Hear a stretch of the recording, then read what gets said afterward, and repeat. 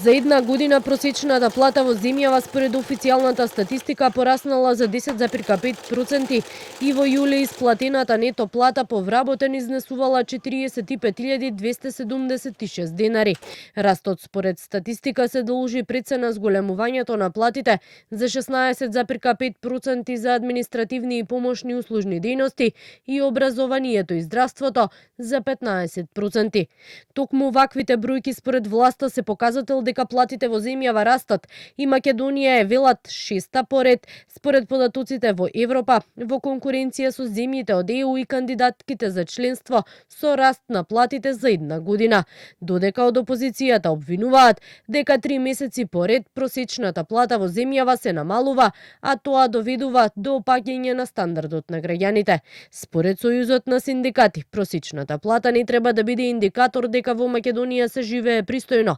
Првиот човек на ССМ Слободан Трендафилов, повикувајќи се на податоци кои ги добиле од управата за јавни приходи, вели 73,3% од вкупниот број на вработени во земјава во месец мај земале под просечната плата.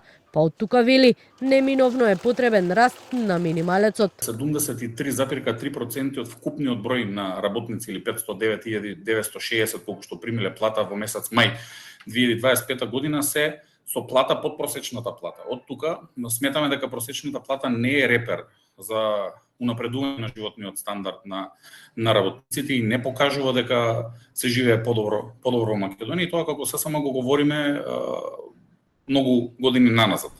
Тоа што сметаме дека е потребно да се направи е да се зголемат платите, стартувајќи со минималната плата. Македонија не смее да остане земја со најевтина работна сила. Работниците заслужуваат плата што ќе обезбеди пристоен и достоинствен живот. И дел од медиумите објавија своји анализи според кои Македонија е меѓу првите 6 земји во Европа по растот на просечната плата на годишно ниво. Споредбено со земјите од регионот, во Босна и Херцеговина просечната плата е околу 800 евра, нешто над 800 и во Албанија, Србија 960, Бугарија и Грција, кои се членки на Европската унија, имаат и просечна плата над 1000 евра.